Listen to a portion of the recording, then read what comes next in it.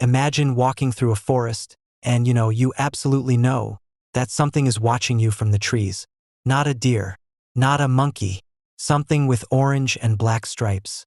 Something that has already killed more human beings than almost any other animal in recorded history. It's hunting you because you have become its favorite food. This isn't a horror movie. This is a true story, backed by British colonial records and hunting logs. A single tiger, a female, is officially credited with killing 436 people. Entire villages emptied out. Roads were abandoned because walking on them meant almost certain death. Farmers stopped farming. Children stopped playing outside. An entire region lived under a curfew enforced not by soldiers, but by one animal.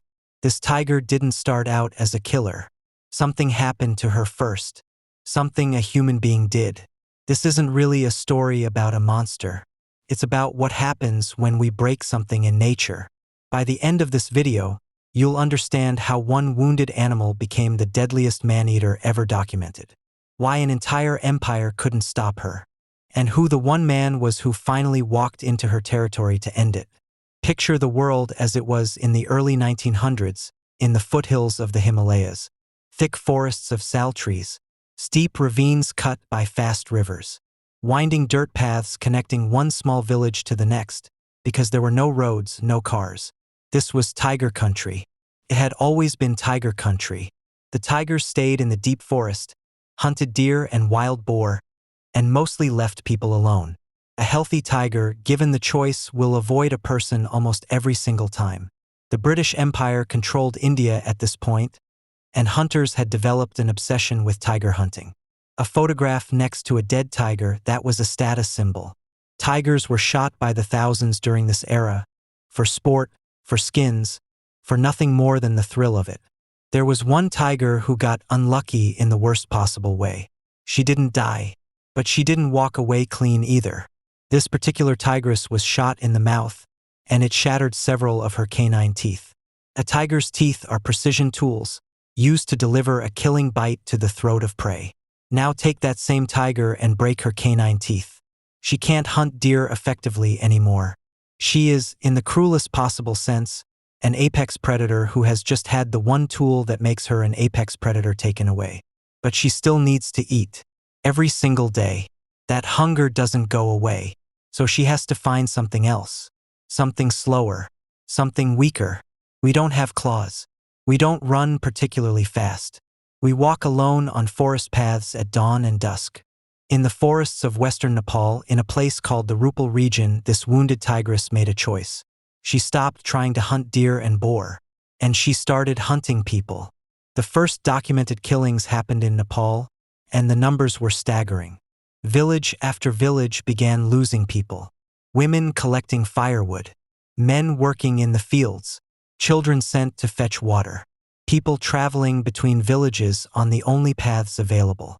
Word spread, as it always does in tight rural communities, and terror spread right alongside it. Nepal had its own government, its own army, and limited resources to chase down a single problem animal. Hunting a specific tiger in thousands of square kilometers of forest is exponentially harder than most people imagine. A tiger can be 20 feet away from a search party and remain completely invisible if it chooses to. The death toll in Nepal alone is estimated to have reached around 200 people. Eventually, Nepalese authorities organized a large-scale military operation to drive this tiger out of Nepalese territory. The tigress crossed the border into British-controlled India, into a region called Champawat, near a town that would eventually become infamous alongside her own story, a town called Champawat. When the tigress arrived, freshly driven out of Nepal, she didn't slow down.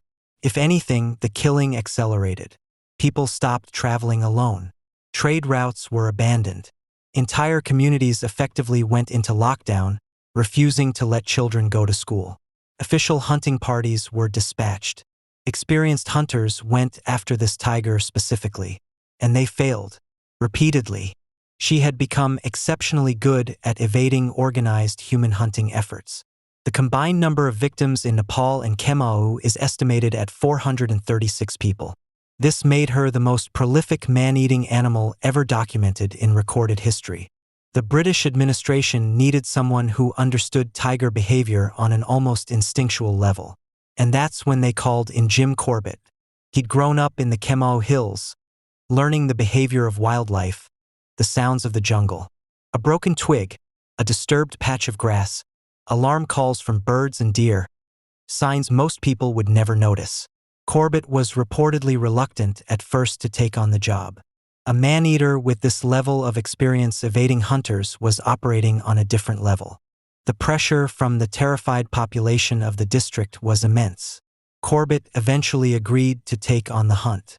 Real man-eater hunts were slow, exhausting exercises in psychology and observation, often taking days or weeks.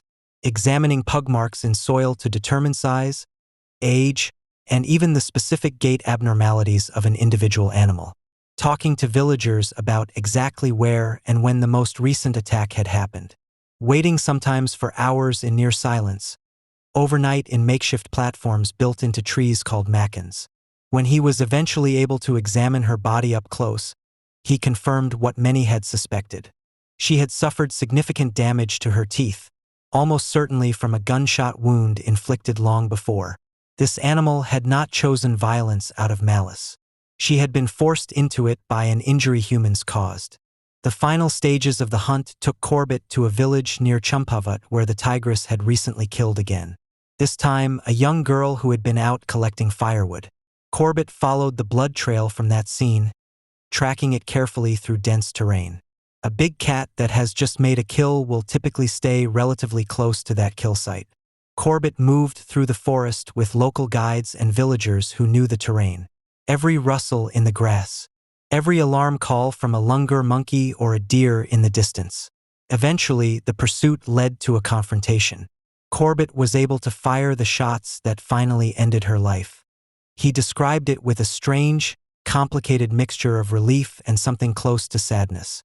The reaction across the Champawat district, once news spread that the Champawat tiger was dead, was reportedly overwhelming. Roads that had been abandoned were used again. Fields near forest edges were farmed again. Corbett, almost overnight, became a local hero. He became one of the earliest and most passionate voices for tiger conservation in India. He argued that the vast majority of tigers throughout history had lived their entire lives without ever attacking a person. His work helped shift perception away from tigers as vermin toward a species deserving of protection. Jim Corbett National Park, established in 1936, is named directly after him. Man-eating tigers, historically, are not the norm. They are the exception. An injury from a gunshot, old age, loss of natural habitat, depletion of natural prey populations. As forests continue to shrink to make way for farmland and development, human-wildlife conflict is becoming more common.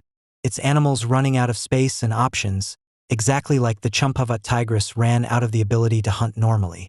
Modern wildlife management focuses on protecting large, connected tracts of forest. It's a delicate, difficult balance, protecting one of the most magnificent and endangered predators on the planet. The tragedy of 436 lost lives led, indirectly, to a deeper understanding. It's not a simple monster story. It's not a simple hero story either. It's something more complicated. She was a healthy, presumably normal tiger at some point in her life, living the way tigers had lived for thousands of years.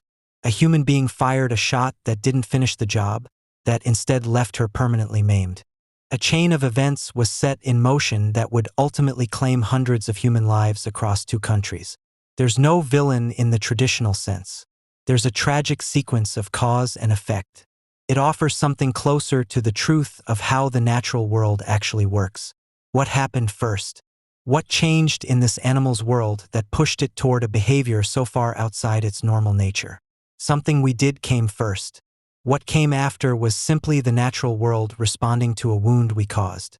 436 people lost their lives to a single wounded tiger, in what remains the deadliest documented case of animal attacks on humans in history. At the root of all of it was a single gunshot, fired by an unknown poacher, that never should have missed. If you found this story as haunting and as fascinating as I did, let me know in the comments and subscribe for more.